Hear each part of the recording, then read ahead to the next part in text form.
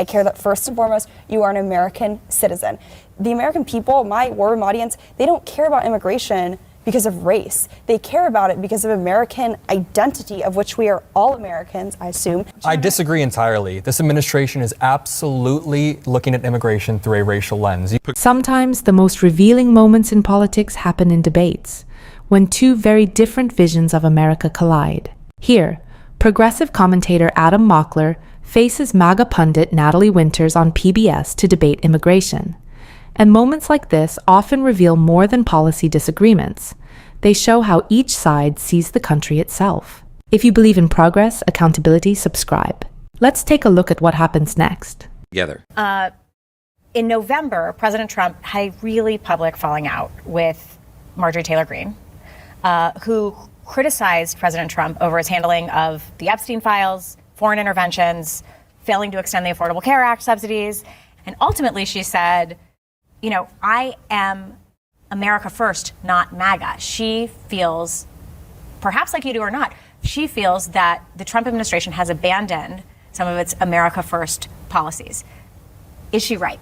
I think it's too soon to tell. And I think that to answer that question definitively now is to imply that politics is stagnant and it can't be in flux. Like, there are issues where... But is she onto something? I mean, it does sound like you agree that and for people who watch War Room, but I think where people maybe misunderstand and where maybe I would humbly and respectfully push back with what Marjorie Taylor Greene is saying is that I think to just capitulate and say it's over is to give up when the Trump administration has shown that they are receptive to the sort of grassroots, their base, calling them out. And I think that people who just want to throw in the towel, that's not the American fighting spirit. I don't think that that's what composes the people who make up the War Room audience. They're willing to make phone calls. They're willing to get involved. I think when you say you're putting America first, what I'm actually hearing is you're trying to pull the Republican Party in a more radical direction. Putting America first is allowing... You can call it radical. She would call it populist. Well, populist, but not populist. Because, I care about borders. Well, the majority of Americans think that legal immigration is something that is okay because it benefits the United States. Republicans view immigrants in a fundamentally different way than they view everybody else. You guys view immigrants as net drains on the society, but that is not borne out.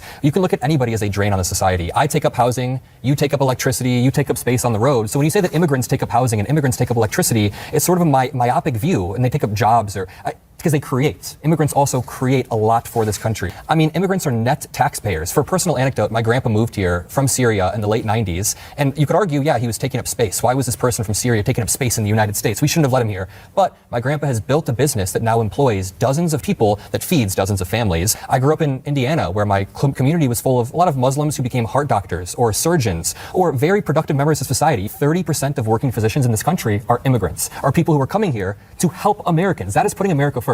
How are physicians that are immigrants helping Americans not putting America first? Hold on, don't take that. I'm going to ask a question. What I would like you to respond to is there a positive story about immigrants who aspire to live the American dream, that are living it in a way that isn't undermining the American experience for Americans already here? Is that, I mean, do you subscribe to that notion in any way? Or do you reject it? Of course there are some, but the way that you're seeing legal immigration happen now is just historically, empirically extremely different from the waves that you saw before. You used to have an on period of people coming in and an off period, and the people who would come in would assimilate. Much like your grandfather. They would actually, I think, enjoy American culture because you had to. Now, I think you have this sort of weird, perverse left-wing ideology where we're told that assimilation is racist, and I don't think that that works. And I think when you talk about the immigration issue, it's like we have to do this performative, to some extent, ritual where we have to praise immigrants as like the greatest thing that has ever happened in this country. I'm not bashing or negging all immigrants, but I also think we can appreciate the contributions that Americans have made to this country. The American people have been abused by the legal immigration system. And sure, are there some immigrants that are good? Yes, but there's also a lot of problems with our immigration system. It's a problem of scale. It's too many people. Okay, hold on. I'm going to show you guys a clip of William F. Buckley Jr. Have you ever heard of him? Yeah. Okay, so William F. Buckley Jr. hosted a program called Firing Line for 33 years. In 1979, he actually tackled the question of immigration. How many people should be allowed in and from where? Listen to what he says in this exchange with the first Latino commissioner of the Immigration and Naturalization Service. Take a look. Well, is the question purely a numerical question, or is it one that has also to do with ethnic balance? I think it has to do with the whole vision of the country. If my memory is correct, it was only about 13 or 14 years ago that we officially renounced the preference that had previously been written into the law for two groups. Number one, Western Europeans. Number two, resident of this hemisphere. Is that correct? Yeah, we've gradually moved toward a non-racial type policy. Okay, so he's saying we have gradually in our immigration policy moved towards a non-racial policy. There is a sense that sort of implicitly we are moving towards a racial policy for immigration under this administration. The criticism is that the Trump administration wants a whiter America. Is that fair? I think that's absolutely absurd. The idea of populism, economic nationalism, is maximizing the value of what it means to be an American citizen. I don't care what race you are. I don't care what your religion is. I don't care what your ethnicity is. I don't care about any of that. I care that first and foremost, you are an American citizen. The American people, my war room audience, they don't care about immigration because of race. They care about it because of American identity, of which we are all Americans, I assume, in here. And that the idea that our government should not be making our lives more difficult. Adam, do you want to? I disagree entirely. This administration is absolutely looking at immigration through a racial lens. You can look at the temporary protected status they have removed from many groups, all minority groups. You can look at the refugee status they are allowing from South Africa. They are banning countries from coming in, or people from countries that are black or that look a certain way, but white refugees are the only ones that are being allowed to come in.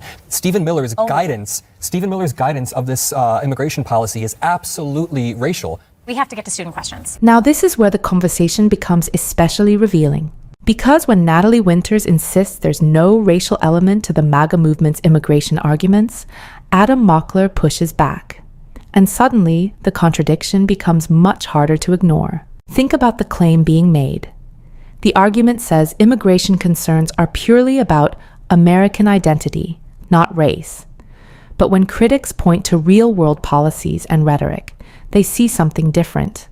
Patterns where certain groups appear to be welcomed while others are treated as threats.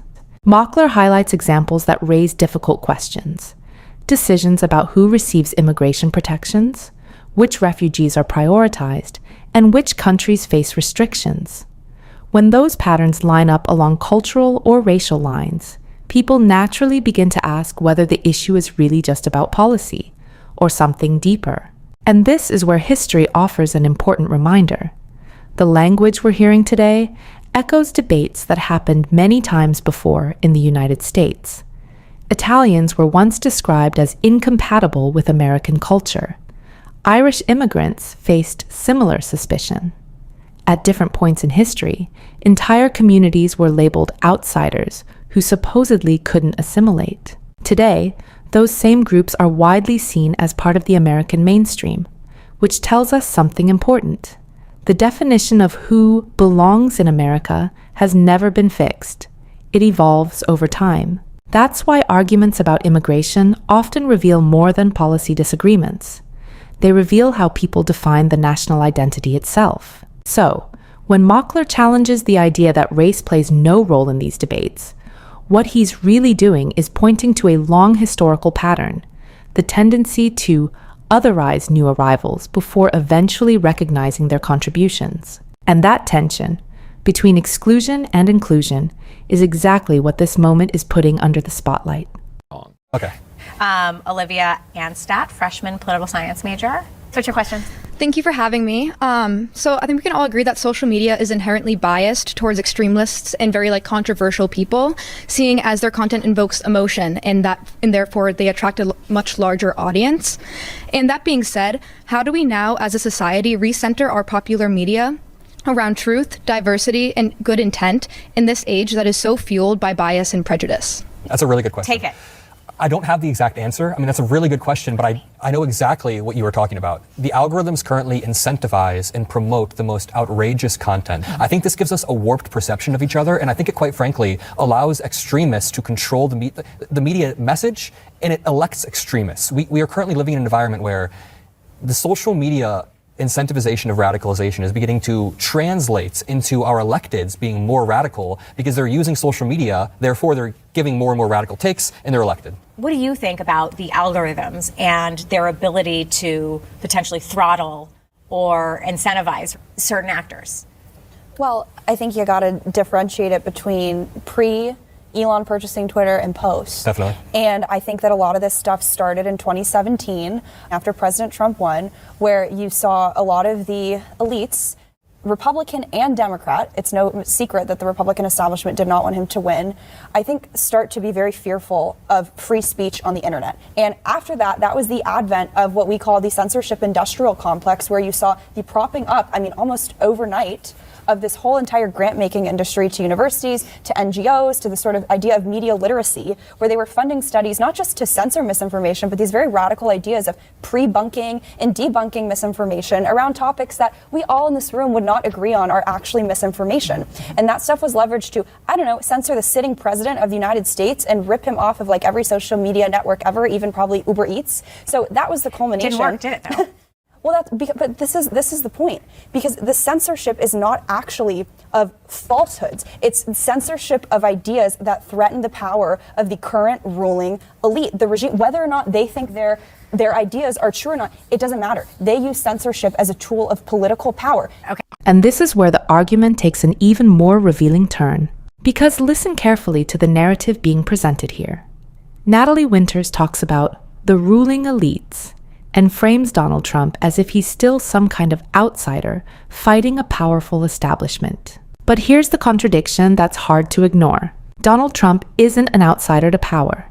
He's the president of the United States. He's one of the most influential political figures in the world, and his party has held enormous institutional power in government. So when the rhetoric still portrays him as a scrappy outsider battling elites, it raises an obvious question. If you already hold the levers of power, who exactly are you rebelling against? This is a familiar political strategy. Position yourself as the victim of a system, even while leading it. That narrative can be powerful because it keeps supporters emotionally invested in a sense of struggle. And then there's the censorship argument. We often hear claims that Trump has been silenced or pushed out of public conversation. But step back for a moment and look at the broader reality. Few modern political figures have dominated media coverage and public discourse the way he has.